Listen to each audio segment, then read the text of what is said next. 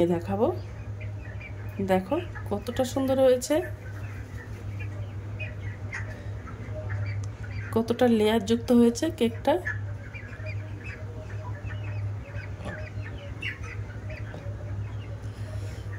Hello বন্ধুরা, তো আমি আজকে আবার অন্যদিনের মতো নতুন একটা রেসিপি নিয়ে এসেছি। আজকে রেসিপি হচ্ছে লেয়ার কেক। তো চলো আমি রেসিপিটা শুরু করি। প্রথমে আমি একটা গামলা বাটি নিয়ে নিলাম, আর এই কেকটা বানানোর জন্য আমার দুটো ডিম লাগবে। তো আমি দুটো ডিম গামলা বাটিতে ফেটিয়ে দেব।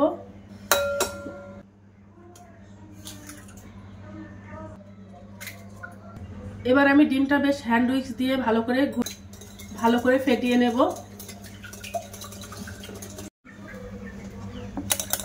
দেখো এবারে আমি হ্যান্ড উইক্স দিয়ে ভালো করে ফেটিয়ে নেব।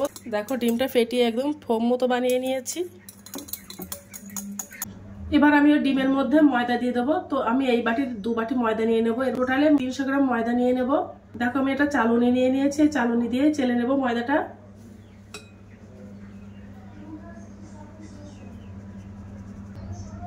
তো আমি এই বাটির 2 বাটি ময়দা দিয়ে দিলাম। এবার আমি ময়দাটা বেশ ভালো করে মিশিয়ে নেব। এবার আমি ওর মধ্যে 1 বাটি টক দই দিয়ে দেব, দিয়ে ভালো করে মিশিয়ে নেব। ওর মধ্যে আমি 1 বাটি দুধ দিয়ে দেব। আমি দুধ দিয়েই আমি ব্যাটারটা বানিয়ে নেব। তোমরা চাইলে জল দিয়েও বানাতে পারো।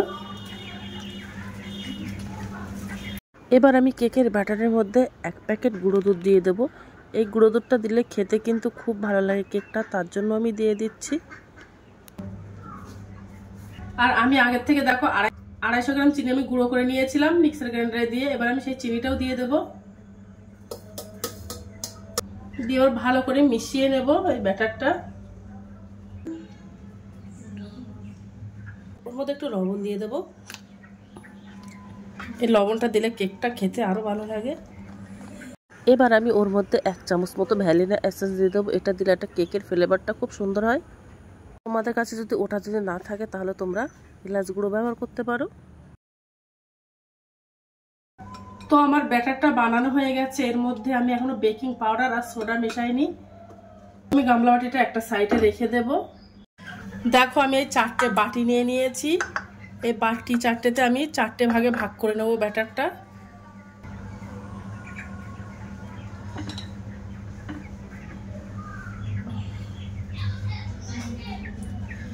এতে 4টে কালার মিশিয়ে নেব। হলুদ কালারটা মিশিয়ে নেব,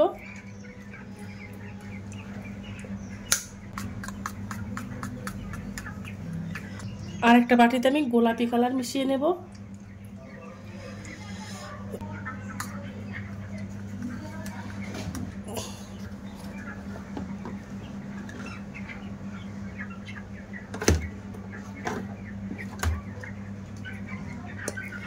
আর একটা দেখো নীল কালার মিশিয়ে নেব।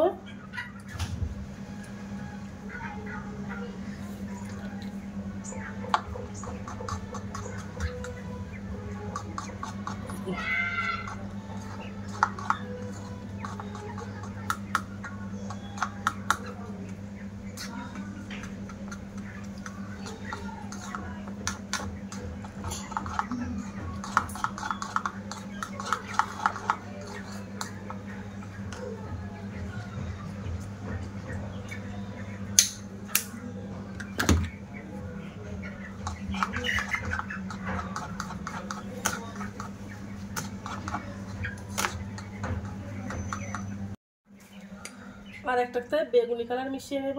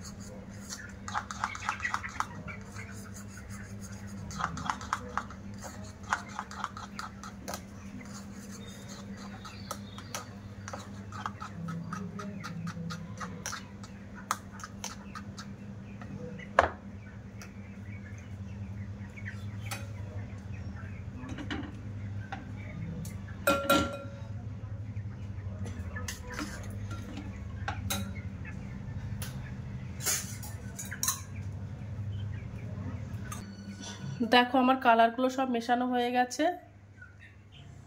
ব্যাটারের মধ্যে আমি তেল মেশাতে ভুলে গিয়েছিলাম, তাই আমি 2 চামচ করে প্রত্যেক বাটিতে তেল দিয়ে দেব, দিয়ে বেশ ভালো করে মিশিয়ে নেব তেলটা।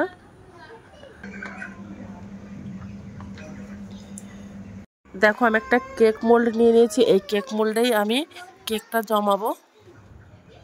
আগের থেকে আমি কেকটি নিয়ে তেল ব্রাশ করে নিয়েছিলাম। এবার আমি একটা দেখো চৌকো করে কাগজ কেটে নিয়েছি, ওই কাগজটা আমি বসিয়ে দেব কেক মোল্ডের মধ্যে। প্রথমে আমি হলুদ কালারটা দিয়ে দেবো, তো ওর মধ্যে আমি 1/2 চামচেরও কম বেকিং সোডা আর 1/2 চামচেরও কম বেকিং পাউডার দিয়ে দেব। দিয়ে এবার বেশ ব্যাটারের সাথে বেশ ভালো করে মিশিয়ে নেব।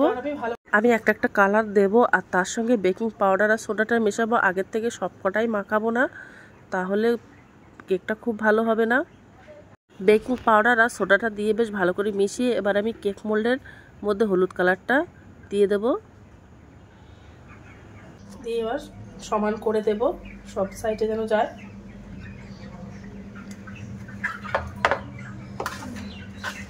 দেখো একটা কালার আমি দিয়ে দিয়েছি। এবার আমি একটা উনানে কড়াই বসিয়ে দিলাম, কড়াইয়ের মধ্যে একটা বাটি দিয়ে দেব আর হলুদ কালারটা আমি প্রথমে হিট দিয়ে নেব। এবার আমি ঢাকনা চাপা দিয়ে দেব, দিয়ে গ্যাসটা অন করে দেব, দিয়ে হলুদ কালারটা আমি হিট দিয়ে নেব।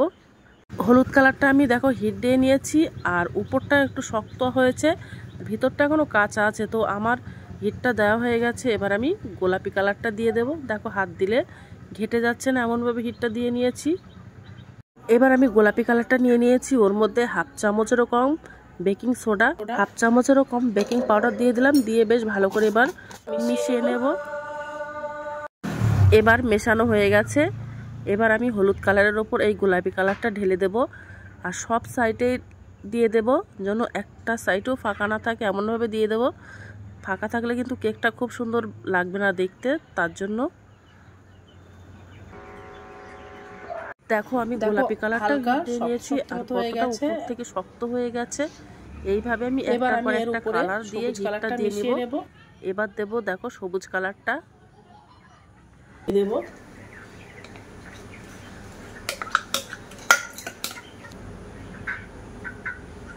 এইভাবে একটার পর একটা কালার দিয়ে হিট দিয়ে নেব। দেখো আমার কেকটা বানানো হয়ে গেছে, এবার তোমাদেরকে আমি খুলে দেখাবো।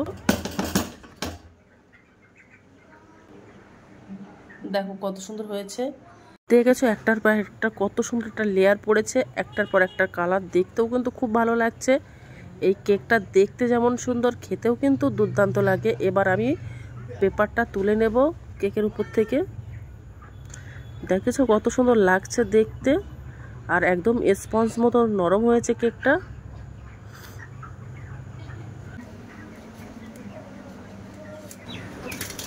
দেখেছো কতটা নরম হয়েছে।